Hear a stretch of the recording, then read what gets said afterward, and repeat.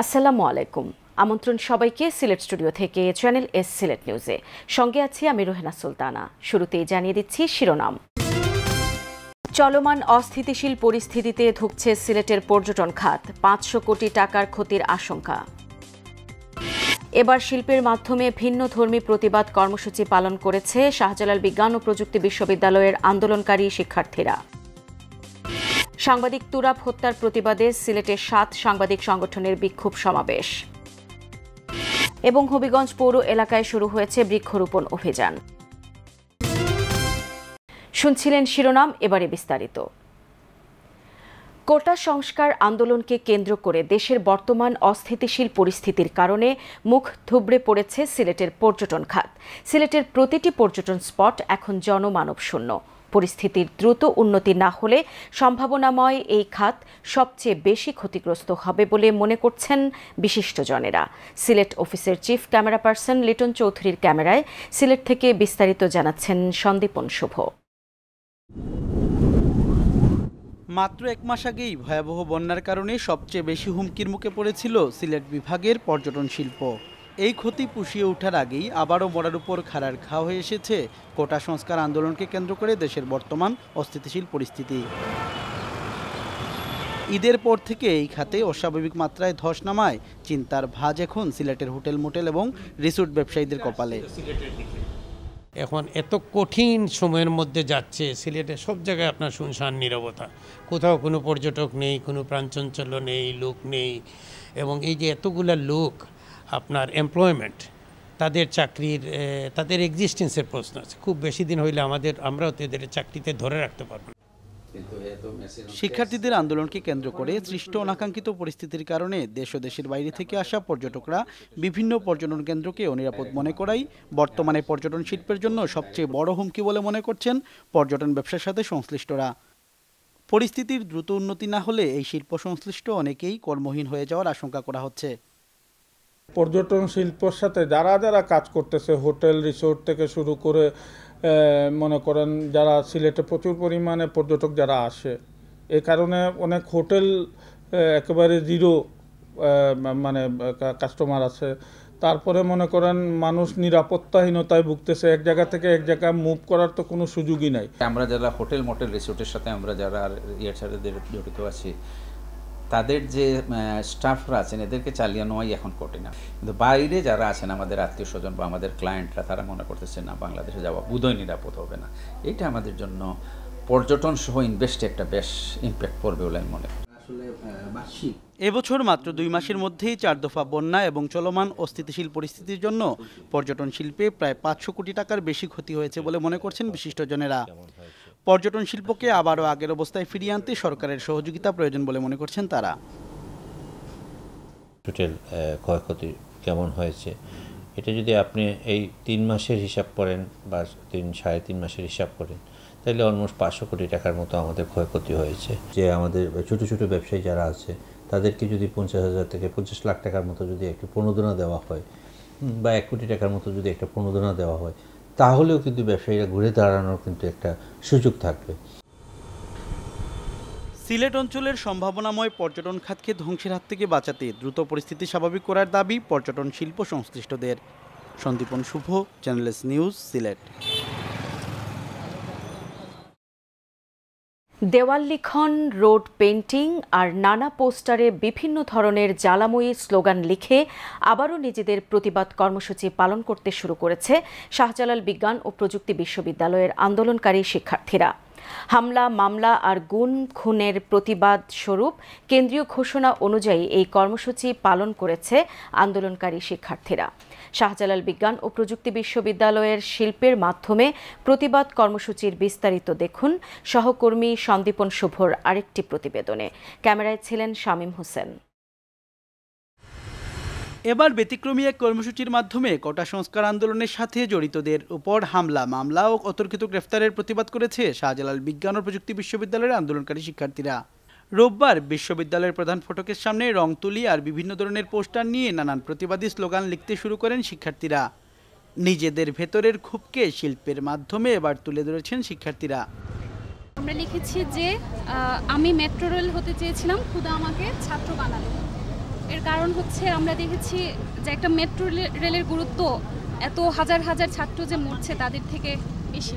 But আমাদের মাথায় এটা সবসময় ছিল যে যখন হচ্ছে আবার এই কারফিউটা শেষ হবে তখন আমরা আবার রাস্তায় নেমে যতটুকু পারি তাদের জন্য আমরা করার চেষ্টা করব। আন্দোলনে পুলিশের গুলিতে যারা মারা গেছেন তাদের স্মরণ করে গ্রাফিতি অঙ্কন, দেয়াল লিখন এবং রোড পেন্টিং করতে থাকেন শিক্ষার্থীরা। এ সময় আন্দোলনকারী শিক্ষার্থীরা জানান তাদেরকে গুম হত্যার হুমকি দেওয়া হচ্ছে। তারা আরও বলেন, ন্যায্য দাবি আদায় না হওয়া পর্যন্ত যে কোনো প্রকার ভয়ভীতি দেখিয়ে শিক্ষার্থীদের দমিয়ে রাখা যাবে না। সাধারণ শিক্ষার্থীদেরকে যেভাবে অবিচারে মারা হয়েছে, গুম করা হয়েছে, মিথ্যা মামলা দেওয়া হয়েছে, আমরা চাচ্ছি খুবই তাড়াতাড়ি যাতে এইসব মামলা, গুম, হত্যা, গণহত্যার হচ্ছে একটা দৃশ্যমান বিচার হোক। যৌক্তিক দাবি তুলে ধরবো, এটা তুলে ধরতে গেলে তো আমাদের সকলকে এক হইতে হবে। আমরা সেই একই হইতে পারতেছি না। সরকার যেভাবে হামলা করতেছে, যেভাবে মামলা দিচ্ছে, যেভাবে সবাইকে তুলে নিচ্ছে, আপনারা সকলেই জানবেন যে পত্রিকাগুলো আসছে ব্লক রেড দিয়ে আজকে এখন হচ্ছে গিয়ে মানুষকে ধরা হচ্ছে। এই অবস্থায় যেহেতু আমরা মাঠে কর্মসূচিতে ফিরতে পারছি না, আমরা চেষ্টা করছি অভিনব উপায়ে যেভাবে আমাদের কর্মসূচি জারি রাখা যায় আমরা সেই চেষ্টাগুলো চালিয়ে যাচ্ছি। তবে পরিস্থিতি স্বাভাবিক রাখার জন্য এবং নিরাপত্তা বজায় রাখার জন্য অত্যন্ত ধৈর্যের সাথে দায়িত্ব পালন করা হচ্ছে বলে জানায় পুলিশ। সামগ্রিক আইন শৃঙ্খলা পরিস্থিতি আমাদের কন্ট্রোলে আছে, বিশেষ করে জালালাবাদ থানা এলাকার সহ আমার আশপাশ এলাকায়। আর ইউনিভার্সিটির পরিবেশও ভালো আছে, কোনো অপ্রীতিকর কোনো ঘটনা ঘটে নাই। আমরা চরম ধৈর্য এবং সহনশীলতার পরিচয় দিচ্ছি। গ্রাফিতি অঙ্কন, দেয়াল লিখনের মতো শৈল্পিক প্রতিবাদী কর্মসূচিতে প্রায় শতাধিক শিক্ষার্থীরা অংশ নেয়। শিল্পের মাধ্যমে তারা প্রতিবাদ করছেন সহপাঠীদের উপর অতর্কিত হামলা, মামলা এবং হত্যার প্রতিবাদে। আমরা শাহজালাল বিজ্ঞান ও প্রযুক্তি বিশ্ববিদ্যালয় থেকে তুলে ধরছিলাম আজকের কর্মসূচি। সন্দীপন শুভ, চ্যানেল এস নিউজ, সিলেট। সিলেটের সাংবাদিক দৈনিক জালালাবাদ পত্রিকার স্টাফ রিপোর্টার এটিএম তুরাব হত্যার প্রতিবাদে বিক্ষোভ সমাবেশ অনুষ্ঠিত হয়েছে। সিলেট কেন্দ্রীয় শহীদ মিনার প্রাঙ্গণে অনুষ্ঠিত এই সমাবেশে অংশ নেন সাংবাদিকদের প্রতিনিধিত্বশীল 7টি সংগঠনের নেতারা। এ সময় বক্তারা সাংবাদিক তুরাবের উপর গুলি বর্ষণকারী পুলিশ সদস্যকে চিহ্নিত করে আইনের আওতায় আনার জোর দাবি জানান এবং বিচার না হওয়া পর্যন্ত আন্দোলন কর্মসূচি অব্যাহত রাখার হুঁশিয়ারি দেন। তারা বলেন, সম্পূর্ণ উদ্দেশ্য প্রণোদিত সাংবাদিক তুরাবকে গুলি ছুঁড়ে হত্যা করা হয়েছে। হত্যাকারীকে চিহ্নিত করতে দৃষ্টান্তমূলক শাস্তি না হলে কঠোর কর্মসূচি দিতে বাধ্য হবে সাংবাদিকেরা।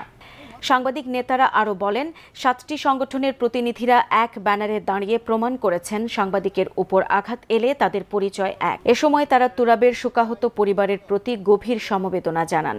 সিলেট প্রেস ক্লাব সভাপতি ইকরামুল কবিরের সভাপতিত্বে ও সাধারণ সম্পাদক মোহাম্মদ সিরাজুল ইসলামের সঞ্চালনায় এতে বক্তব্য দেন সিলেট প্রেস ক্লাবের সাবেক সভাপতি ইকবাল সিদ্দিকী, সিলেট জেলা প্রেস ক্লাবের সাধারণ সম্পাদক Shah Didar Alam Chowdhury Nobel, electronic media journalist association ইমজার সভাপতি সজল ছত্রী, সিলেট অনলাইন প্রেস ক্লাবের সভাপতি Muhit Chowdhury, photo journalist association Sylhet বিভাগীয় কমিটির সাধারণ সম্পাদক নুরুল ইসলাম, সিলেট প্রেস ক্লাবের সহ সভাপতি Khaled Ahmad, television camera journalist association সিলেটের সভাপতি দিগেন সিংহ, দৈনিক জালালাবাদ পত্রিকার ফটো সাংবাদিক হুমায়ুন কবির লিটন।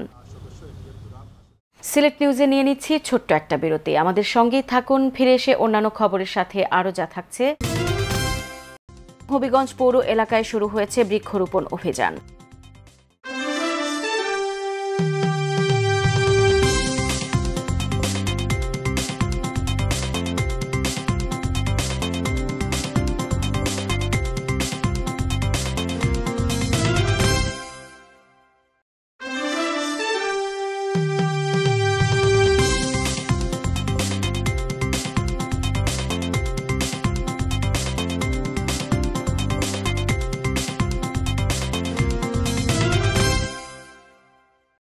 স্বাগত আরেকবার সিলেট স্টুডিও থেকে চ্যানেল এস সিলেট নিউজে।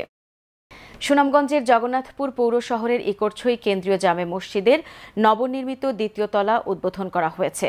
নামাজের পূর্বে স্থানীয় এলাকার গণ্যমান্য ব্যক্তিবর্গ ও মুসল্লিদের উপস্থিতিতে নতুন দ্বিতীয় তলা ভবনের উদ্বোধন করা হয়। উদ্বোধনকালে উপস্থিত ছিলেন ইকরছই সিনিয়র হাফিজিয়া আলিয়া মাদ্রাসার সাবেক অধ্যক্ষ মাওলানা সমীর উদ্দিন, মসজিদের উন্নয়ন কাজের তত্ত্বাবধায়ক যুক্তরাজ্য প্রবাসী হাজি আব্দুল মতলিব ভূঁইয়া, যুক্তরাজ্য প্রবাসী এলাকার প্রবীণ ব্যক্তি গিয়াস উদ্দিন ভূঁইয়া, মসজিদের মুতাওয়াল্লি পল্লী, ফজর আলী, স্থানীয় ওয়ার্ড কাউন্সিলর সুহেল আহমদ, জগন্নাথপুর বাজার বণিক সমিতির সভাপতি ইকবাল হোসেন ভূঁইয়া সহ আরও অনেকে। এ সময় যুক্তরাজ্য প্রবাসী হাজী মোহাম্মদ আব্দুল মুতলিব ভূঁইয়া বলেছেন, প্রবাসীদের আর্থিক অনুদানে ও এলাকাবাসীর সহযোগিতায় প্রায় 1 কোটি টাকা ব্যয়ে মসজিদের নতুন দ্বিতীয় তলা নির্মিত হয়েছে। যারা এই কাজে সহযোগিতা করেছেন তাদের প্রতি কৃতজ্ঞতা প্রকাশ করেন তিনি। এর আগে মিলাদ ও দোয়া মাহফিল অনুষ্ঠিত হয়।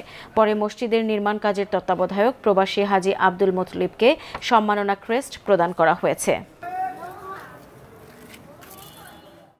আপনার মসজিদের প্রায় 1.5 লাখ টাকা খরচ গেছে, প্রায় 5-6 লাখ টাকা আরও ঋণ আছে। ওগুনটা বাড়িতে পারলে আমার ঋণ মুক্তি হয়ে গেল।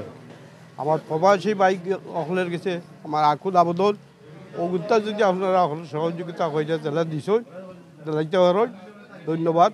আর বিদেশি সকলদের আমরা ধন্যবাদ দেই যারা আমরা সাহায্য করছেন, যারা উসিলায় আমরা আজ মসজিদ দুতলার খাম উদ্বোধন আইছি, নমাজ পড়তাম পারছি। অত্র এলাকাবাসীর পক্ষ থাকি আমি আপনারা আন্তরিকভাবে ধন্যবাদ দিলাম। মৌলভীবাজার পৌরসভার শমশেরনগর সড়ককে বীর মুক্তিযোদ্ধা আজিজুর রহমান সড়ক নামে নতুনভাবে নামকরণ করা হয়েছে। এ উপলক্ষে ফলক উন্মোচন ও আলোচনা সভা অনুষ্ঠিত হয়। বিস্তারিত দেখুন আমাদের মৌলভীবাজারের হেড অফ নিউজ খালেদ চৌধুরীর প্রতিবেদনে। ক্যামেরায় ছিলেন SM ফজলু। মৌলভীবাজার পৌরসভার অন্তর্গত শমশেরনগর সড়ককে বীর মুক্তিযোদ্ধা আজিজুর রহমান সড়ক নামে নতুন নামকরণে ফলক উন্মোচন ও আলোচনা অনুষ্ঠানের আয়োজন করা হয়েছে। অনুষ্ঠানে পৌরসভার কাউন্সিলর পার্থসারথী পালের সভাপতিত্বে এতে প্রধান অতিথি হিসেবে উপস্থিত ছিলেন মৌলভীবাজার পৌরসভার মেয়র মোহাম্মদ ফজলুর রহমান। আলোচনা অনুষ্ঠানে অন্যতম উপস্থিত ছিলেন বীর মুক্তিযোদ্ধা জামাল উদ্দিন আহমদ সহ রাজনৈতিক, সামাজিক, সাংস্কৃতিক, জনপ্রতিনিধি, সাংবাদিক সহ সুশীল সমাজের ব্যক্তিবর্গরা। আলোচনা সভায় সকলেই বীর মুক্তিযোদ্ধা আজিজুর রহমানের নামে এই সড়কের নামকরণ করায় গভীর প্রশংসা ব্যক্ত করেন তাদের বক্তব্যে। এই মানুষের যে যথার্থ সমাজ প্রদর্শন করেছেন আমাদের পৌরসভার সম্মানিত অতিথি, সম্মানিত চেয়ারম্যান, আইনের একেবারে হয়েছেন। এজন্য আমি সমস্ত মুসলিমদের পক্ষ থেকে এই গুরুত্বপূর্ণ কাজের জন্য আমি ধন্যবাদ জানাই যারা সেখানে কষ্ট করেছেন। বিশেষ করে ওনার ছোট ভাই জামাল উদ্দিন আহমদ, আমাদের পৌর মেয়র আলহাজ ফজলুর রহমান, আমাদের মেয়র মহোদয় সহ মুক্তিযোদ্ধা বৃন্দ আজকের যে পরিকল্পনা নিয়েছেন এটি সত্যি প্রশংসনীয়। মানে রাষ্ট্রীয় গেজেট আকারে প্রকাশ, প্রেসিডেন্টের আদেশ করে রাষ্ট্রীয় গেজেট প্রকাশ করিয়া আজিজের নামটা এই রাস্তার নামকরণ পৌরসভার অংশটারে তারা নামকরণ করিয়া দিচ্ছেন। আমরা এই সড়ক নামকরণে যাদের অত্যন্ত ভূমিকা রয়েছে আমার আজিজুর রহমানের পরিবারের আমার ধন্যবাদ জামাল চাচা, ধন্যবাদের কৃতজ্ঞতা প্রকাশ করছি। প্রধান অতিথির বক্তব্যে পৌর মেয়র মোহাম্মদ ফজলুর রহমান বলেন, এই অনুষ্ঠান আয়োজন করতে পেরে আমি মনে করি সামান্যতম দিন আমি আজিজ ভাইয়ের প্রতি পরিশোধ করার সুযোগ পেয়েছি। আজিজ ভাই যেখানেই থাকেন ভালো থাকেন, আল্লাহ যেন তাকে বেহস্ত করে সর্বোচ্চ আসনে সেই যতটুকু আমরা সবাই করব। একজন প্রবীণ বিশিষ্ট রাজনীতিবিদের নামে এই সড়ক উদ্বোধন হয় এলাকাবাসী তাদের আনন্দ অনুভূতি প্রকাশ করেছেন। Khaled Chowdhury, channel news, Moulvibazar. হবিগঞ্জ পৌর এলাকায় শুরু হয়েছে বৃক্ষরোপণ অভিযান। হবিগঞ্জ পৌরসভার মেয়র আতাউর রহমান সেলিমের সভাপতিত্বে বৃক্ষরোপণ কর্মসূচিতে প্রধান অতিথির বক্তব্য রাখেন স্থানীয় সরকার বিভাগের উপপরিচালক প্রভাংশু সোম মহান। প্রধান অতিথির বক্তব্যে প্রভাংশু সোম বলেন, পৌরসভা যেভাবে শহরকে পরিচ্ছন্ন রাখা এবং বৃক্ষরোপণ কর্মসূচি চালু রেখেছে তা আসলেই প্রশংসনীয়।